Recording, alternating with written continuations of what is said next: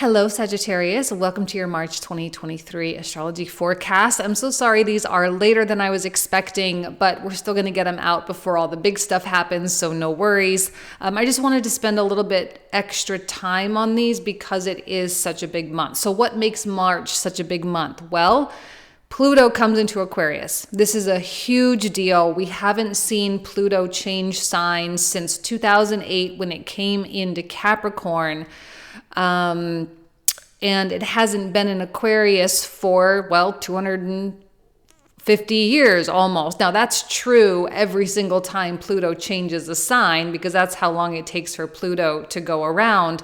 But for Pluto to be in Aquarius is a lot, I'll call it better, although that's debatable, better than Capricorn. Capricorn is a very...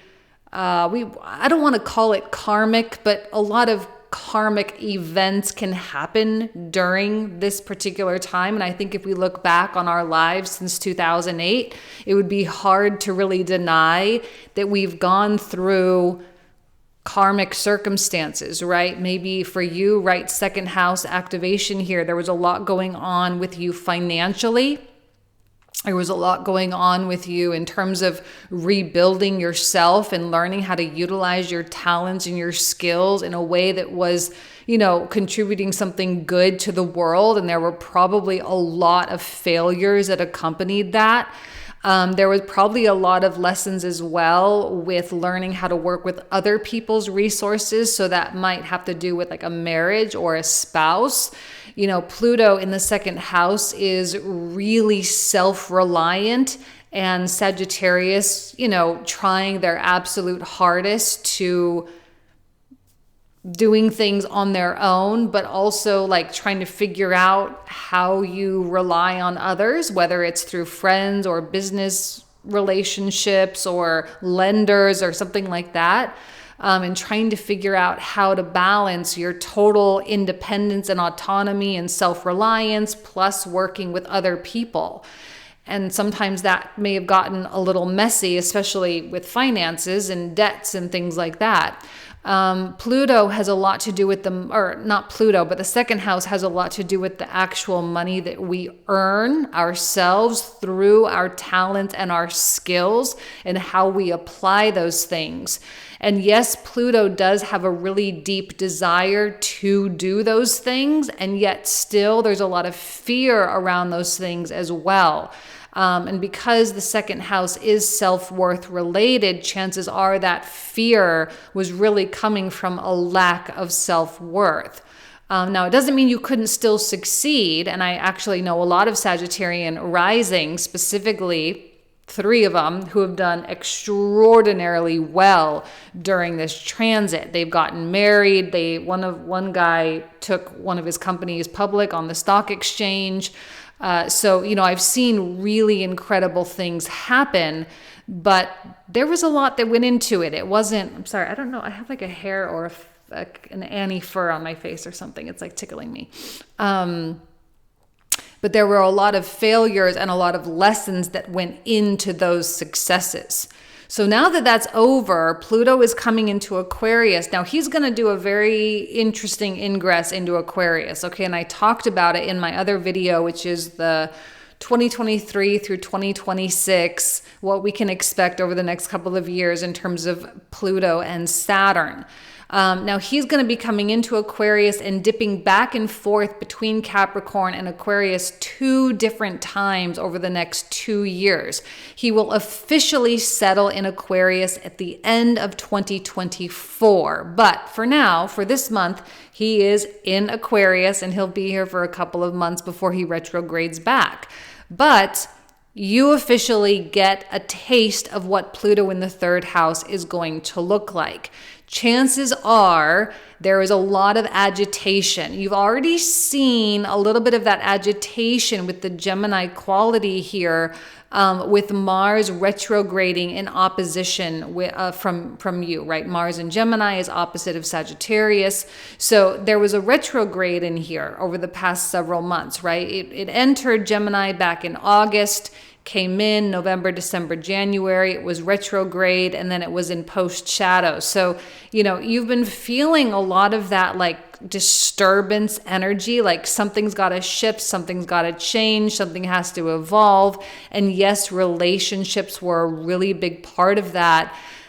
But see, Pluto through the third house is not a very stable place. This is not, the third house is not a place where you go to establish stability. This is a place where you go to learn and to move and to travel and to just kind of go and learn about the world as much as you can. I actually think Sagittarius, we're going to see a lot of Sagittarians really have a strong desire to be teachers or to be students, again, to be travelers, international travelers, to be writers, to communicate, to become speakers, to become, someone of influence here. A lot of Sagittarian risings really switching their focus from being money oriented to really sharing everything that they've learned and adding to their financial income or their financial inflow through the teaching and the sharing of ideas, through collaborations, through a lot of just, being a part of like a group of something or being a leader of a group of something. And I think you're going to really start to feel that shift. If it does manifest as travel, I think travel can be really lucrative for you. Now remember, Pluto is a planet of where like really great change that truly changes us from the inside out. So Pluto here, travel, education, learning, teaching, interacting with others, working with other people, that will change you on a more molecular level. Now, this is one of the things that's interesting about Saturn being in Pisces and Pluto in Aquarius, is there are a lot of contradictions, and there's got to be a lot of balance between these two things. So while Pluto in Aquarius is going to demand a lot of movement, Saturn in Pisces is going to try to establish stability because, yes, fourth house is a house where we need stability. Saturn, as it comes over the fourth, is therefore activating by aspect your first house, seventh house, and 10th house. And these, of course, are big areas of our lives. We have our sense of self in the first, we have relationships in the seventh, and we have it can often be our career and our public life, our public world out there in the 10th. And all of that is rooted, and the success of all of those areas really depends on the security that we have within ourselves and within our private world. If we have a very rocky and unstable private life or a home life, chances are other areas of our lives are going to struggle as well. We need to think of that fourth house as the root system of a tree. All these other houses are the branches of the tree, but that fourth house is where the trunk and the tree kind of enter the earth and go down below, okay? So the stability of everything else depends. So Saturn coming through the fourth can often put us into a more psychoanalysis type of state, where we need to go deep within ourselves, deep within our past. I've seen a lot of therapy and a lot of psychoanalysis come through a Saturn in the fourth house transit. This is where we go into our childhoods and we start to really analyze who we are and why we are that way. Now, a lot of people have already been doing a lot of that healing work, especially since 2018, 2019, when Chiron came into Aries. There has just simply been a lot of inner child work. But Saturn is here to do the work in such a way that we don't ever have to go back to do that work again. He's here to not just expose things and not just heal things, but to learn how to leverage those things, right? Our pain points, our stressors, our traumas, our wounds, they're not just something to make us weak. Saturn wants us to become strong because of that. And often Saturn can be a really strategic planet. This is where we think about our future Well, he does have a connection with the past, but just go with me on this. We do need to think about the future. We need to think about how it is we are structuring our future. And there's a lot of things that need to be done in the present. And some of the things that might be hindering us in the present are things from the past. So Saturn is like, we have to deal with this stuff from the past because it's preventing us from doing what needs to be done in the present for the sake of our future. So there's a lot of cleanup that goes on. There's a lot of, determination and strength and a lot of focus that needs to be had here. But it is going to require a pretty substantial release of things that absolutely do not serve in any capacity. So you are in many ways finding freedom. And that's one thing I like about the Piscean addition to this, is that we're finding freedom. And that's what Pisces and also Sag, right? We got to give the Jupiter signs credit where credit is due. We like Jupiter signs because it is about hope and optimism and possibility and all the things that could be. And Saturn is like, okay, yes, I understand that all these wonderful things could be, but they can't be if you still have something holding you back. So we got to address that first. And this is going to add to the healthiness of your romantic relationships. And I think many Sagittarians are either deepening their intimate connections with Mars coming into the 8th, especially if you have an established relationship in your life. If you're totally single, you may be really feeling like, I genuinely am looking for something. And some of you might be going a little bit more traditional. You might be thinking a little bit more along the lines of marriage and children and having families, that type of thing. It's weird to say that that's like not normal anymore, but it's not really normal anymore. So you might be going more traditional in that way. Your career could absolutely succeed a lot more, although there are going to be some pretty substantial lessons, okay? Success, but through work. It's earned success. And also kind of a redefining of your identity as well. Big part of that. So you are going to feel that shift. And I think actually Saturn in the 4th is going to be a much more pronounced transit than Pluto, even though Pluto does bring out an incredible desire. I think this is going to make you feel alive, even though, well, naturally, you're like the 9th sign, and so you're 9th house natural ruler according to modern Western astrology. I don't really subscribe to that idea anymore. 9th house and 3rd house both are so movement and education oriented, and there's a lot of spirituality and courage and going beyond limits that occurs in both of these houses. They just do it in totally different ways. And so I think Pluto here is going to take you on a journey that feels really good for you. It feels natural. It feels normal. I think Pluto through Capricorn, it's not like the Sagittarian nature really, unless you have a lot of Capricorn or Earth energy in your chart. So it felt very restricted, which is so opposite of what Sagittarius is, okay? So the other thing is Mars at the end of the month is moving into the 8th house. Now, like I said, if you are in an established relationship, there is going to be a shift of focus, and some relationships will be tested here. Maybe money, right? Relationships, money sometimes can be problematic. Maybe your spouse is going through something financial, and so you're going to have to find a way to work together. Maybe there's a loan or some kind of a debt that needs to be incurred in order to do something else. Whatever the case may be, a lot of the 8th house themes are going to be activated. Now remember, Mars is in his fall in Cancer. Okay, so he's fallen here. He's exalted over here in Capricorn. He falls down here in Cancer. And yes, there's a lot of emotion that comes out as well. And Cancerian emotion is a lot.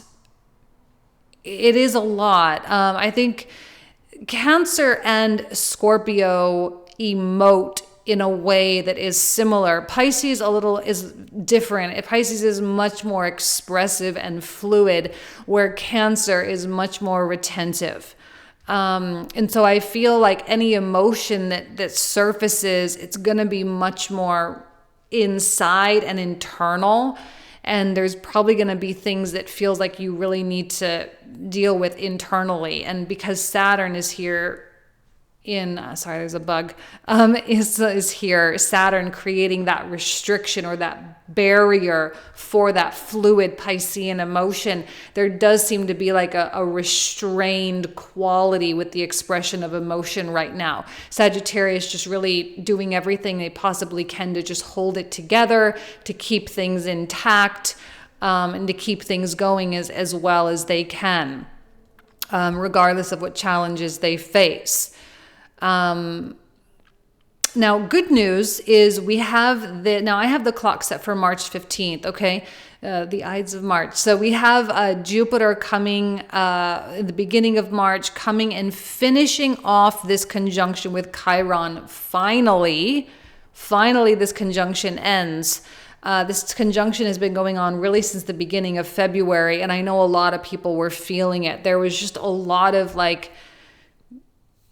pain and wounds that surfaced. There was a lot of insecurity. There was a lot of inner child work that came out. There was a lot of, psychoanalysis that was happening, and people trying to really pinpoint what it is that is preventing them from getting to the place that they ultimately want to be. But now in the middle of March, as Jupiter surpasses and begins to separate from Chiron, Jupiter is much stronger and he's much more free. And this is so important for you, Sagittarius, as your ruling planet. He is so much more free to want what he wants and to go where he needs to go and to do what he needs to do without the burden of the insecurity. And so if anything was taken away from you, or if anything was, shaken up, like if you had a certain expectation and that expectation was kind of yanked away from you, if anything like that happened, this is the time when you're going to find a new path. Okay, now remember, Jupiter is, finishing out Aries over the next couple of months, but he's going to start, and I don't want to start this conversation too prematurely. I'm a little premature, but that's okay. But over the next couple of months, he is going to start preparing to enter Taurus, where he'll be for the rest of 2023 as of middle of May, okay? There's only 2 months left of Jupiter in Aries, and we didn't really get a really high quality Jupiter in Aries transit because Chiron smack dab in the middle kind of interrupted the work. But it was work that needed to be done for the real work for Jupiter to really begin. I do think Jupiter in Taurus is going to be a beautiful transit for so many people. And I think for you, work-wise, health-wise, this is going to be highly positive as well. Of course, Jupiter is always an exciting planet to have something cool going on. And we're getting a little preview of that right now with Venus, the other benefic, coming into her sign of rulership this month as well. So I know that there is going to be a lot of emphasis and a lot of focus on this 8th house stuff. The 6th house stuff throughout the rest of the year. Venus is starting to say, okay, Sagittarius, get ready. We're going to talk about health and nutrition. We're going to talk about fitness. We're going to talk about your daily habits. We're going to talk about your pets. We're going to talk about, a lot of secret enemies come out here as well. So if there's any weird situations with people like in your social group or something, chances are those will be somewhat accentuated. There's components of logistics and systematization and systematizing your life in some way, shape, or form in order to make it easier. There's a lot of good things potentially going on with coworkers and employees. and all that kind of stuff. So you're going to get a small preview here with Venus coming into Taurus. For those of you who are in romantic relationships and who are concerned about financials, there could be a little bit of volatility with Venus coming through Taurus as she comes in contact with the North Node and then Uranus shortly thereafter. But I think that's a conversation. We'll save the Venus conjunct Uranus conversation for one of my weeklies. We'll get more into that. But as she comes in, there are going to be a lot of fluctuations. But I think the tendency for Sagittarius here, I always say the sixth house is the house of self-mastery. So regardless of what is going on in your external world and in your external relationships, there is a lot of accountability that you take on, right? You are going to hold yourself accountable for the things that you should be held accountable for. You're going to force other people to be accountable for the things that they should be held accountable for.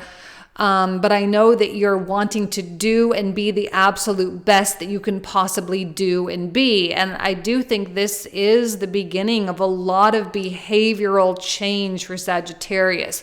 Your life as you know it is just simply not the same. That's true for all of us, but sixth house does have a lot to do with how we live our life, all the time. This is just how we live our life.